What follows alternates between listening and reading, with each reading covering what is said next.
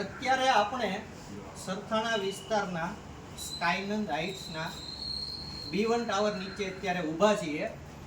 આ વિડીયો અત્યારે smart meter બાબતેનો છે, એટલે દરેક લોકોએ જે કંઈ સ્માર્ટ મીટર વિશે કંઈ માહિતી જોતી હોય તો આ વિડીયો પૂર્ણ જોજો.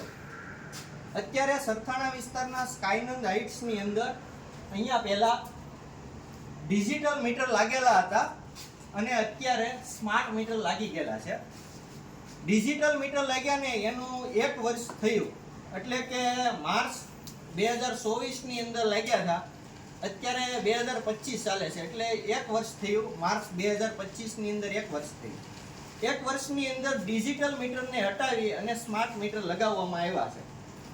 આ સ્માર્ટ મીટર જ્યારે લગાવવામાં આવ્યા ને ત્યારે સોસાયટીની અંદર માત્ર 1 થી 2 સભ્યને જાણમાં હતું કે સ્માર્ટ મીટર લાગી રહ્યા છે. બાકી એક પણ વ્યક્તિને આ સ્માર્ટ મીટર બાબતે માહિતી નહોતી.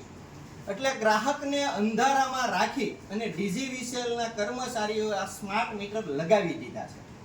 હવે જ્યારે આ સ્માર્ટ મીટર અત્યારે 56 સભ્યના સ્માર્ટ મીટર લાગેલા છે. આ સ્માર્ટ મીટર લાગ્યા ત્યારે કોઈ પણ જાતની ગ્રાહકને જાણ કરવામાં નથી આવી. એટલે અમને સોસાયટીના સભ્ય દ્વારા એવી માહિતી મળી કે ડીજીવીસીએલ આ રીતે સ્માર્ટ મીટર લગાવી શકે કે કેમ. એ માટે જ્યારે અમને બીજા ત્રીજા દિવસે ખબર પડી, એટલે આ સ્માર્ટ મીટર ક્યારે લાગ્યા, કોણે લગાવ્યા, કઈ તારીખે આની નોટિસ મોકલવામાં આવી, આ અમે ગ્રાહક તરીકે જાણવાનો અમારો અધિકાર છે. આ અધિકારના ભાગ રૂપે અમે એક આરટીઆઈ કરી એની અંદર અમે સૌ પ્રથમ ડીજીવીસીએલ પાસે સ્માર્ટ મીટર લગાવનાર એજન્સી કોણ છે એની માહિતી માંગી અને 1 મીટર લગાવવાનો ચાર્જ કેટલો, આ માહિતી અમે આરટીઆઈ દ્વારા માંગેલી. હવે આરટીઆઈ આ જે પહેલી આરટીઆઈ અમે કરેલી છે, મારી પાસે આ બધા આરટીઆઈ ના પેપરો છે. કેટલી આરટીઆઈ કરી છે હું આ વિડીયોમાં તમને જાણ કરીશ. 30/5/2025 ના દિવસે અમે પહેલી આરટીઆઈ કરી. 30/5/2025 આ સોસાયટીની અંદર સ્કાયનંદ હાઇટ્સની અંદર લાસ્ટ બિલ જ્યારે ડિજિટલ મીટર લાગેલા હતા ત્યારે પહેલા મહિનાની 4થી તારીખ નહીં 1/4/2025 એટલે ચોથા મહિનાની પહેલી તારીખે બિલ જનરેટ થયું હતું. એ પછીનું આજની તારીખ છે 10/8/2025. 1/4/2025 થી 10/8/2025 એટલો સમય થયો. આ અત્યારે સ્માર્ટ મીટરનું એક પણ જાતનું બિલ સોસાયટીના સભ્ય સુધી પહોંચેલું નથી અને સોસાયટીના સભ્યને બિલ આપવામાં નથી આવ્યું. એટલે કે જે આપણે સ્માર્ટ વાત કરીએ છીએ 4 મહિના સુધી તો હજી બિલ જનરેટ નથી કરી શક્યા. આ ડીજીવીસીએલના કર્મચારીઓની કેટલી ધાંધિયાવાળી છે એ આપણા નજર સામે દેખાય છે. હવે જે અમે 30 તારીખે આરટીઆઈ કરી એની અંદર અમે એક એની એજન્સીનું જે નામ છે એ માંગવામાં આવ્યું, મીટર લગાવવાનો ચાર્જ માંગવામાં આવ્યો.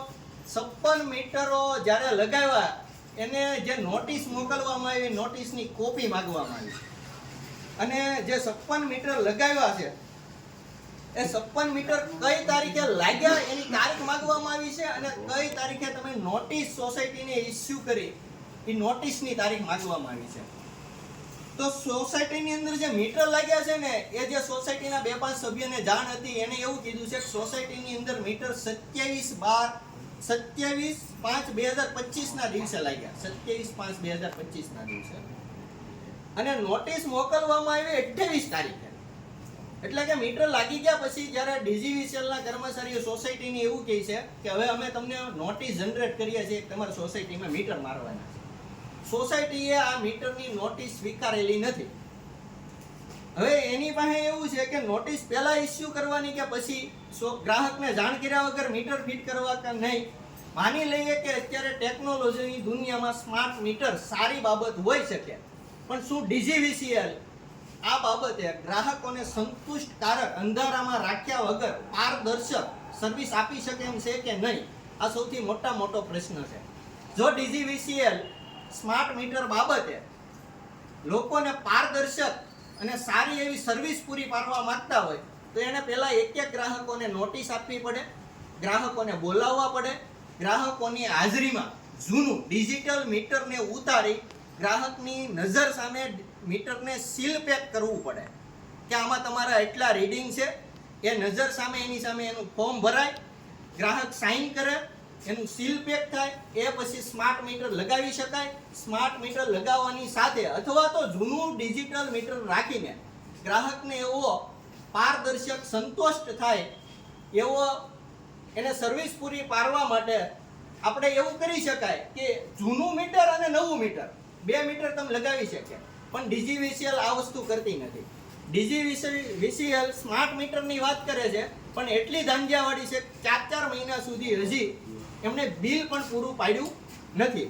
હવે એ પછીની અમે જે આરટીઆઈ કરી છે એની અંદર અમે જે ગ્રાહકોના મીટરની અંદર કોઈ પણ છેડછાડ કરવામાં આવી હોય, ધારો કે અમને એ જાણ છે કે 27 તારીખે જે કંઈ અહીંયા ડિજિટલ મીટરની હટાવી સ્માર્ટ મીટર લગાવનાર જે ઇલેક્ટ્રિક એન્જિનિયરો આવેલા છે, એ એન્જિનિયરો કર્મચારીઓ આ જે એજન્સી છે એ એજન્સી દ્વારા હાયર કરવામાં આવેલા એન્જિનિયરો છે, એટલે કે માણસો દ્વારા કામ કરાવેલું છે. હવે ધારો કે ઇલેક્ટ્રિક એન્જિનિયર વગર આ કંપની હાયર કરેલા માણસો પાસે મીટર ચેન્જિંગ કરાવે, માની લો કે આની અંદર કોઈ પણ જાતની શોર્ટ સર્કિટ થઈ, કઈ હાનિ પહોંચી, તો એના જવાબદાર કોણ? આ જવાબ ડીજીવીસીએલ પાસે નથી.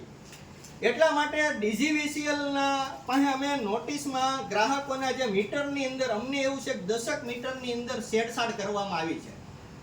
આ ડીજીવીસીએલના કર્મચારીઓ પાસે અમે આરટીઆઈમાં 10 મીટરના મીટર નંબર સાથે કે આ મીટર જ્યારે તમે જૂના મીટર ઉતાર્યા ત્યારે જે સીલ મારવામાં આવ્યું હોય, સીલ માર્યા ત્યારે જે ગ્રાહકે સાઇન કરી હોય એના ફોર્મની અમને કોપી આપો. આ મીટરની અંદર 100% છેડછાડ થઈ છે એવી અમે અત્યારે આરટીઆઈના મુખ્ય ડેપ્યુટી કમિશનરને, ડેપ્યુટી એન્જિનિયરને અમે એક આરટીઆઈ કરી અને એની પાસે જવાબ માંગ્યો છે કે આ મીટરની અંદર છેડછાડ થઈ છે, આના ઉચ્ચ અધિકારીઓ દ્વારા તપાસ કરવામાં આવે. આ કોઈ જાતની તપાસ કરવામાં નથી આવી. 4 મહિના થયા, કોઈ જાતનું બિલ મોકલવામાં નથી આવ્યું. કોઈ જાતના આરટીઆઈને જ્યારે અમે આરટીઆઈ કરીએ છીએ તે 30મા દિવસે જવાબ આપે અને અમારી પાસે 35મા 40મા દિવસે અમારી પાસે આ જવાબ પહોંચે છે. આની અંદર જે અમે જવાબો માંગ્યા છે એની અંદર પણ જવાબ એવા જ આપવામાં આવ્યા છે. અત્યારે અમે જે લાસ્ટ આરટીઆઈ કરી એમાં અમને એવું લાસ્ટનો એવો જવાબ આપવામાં આવ્યો છે કે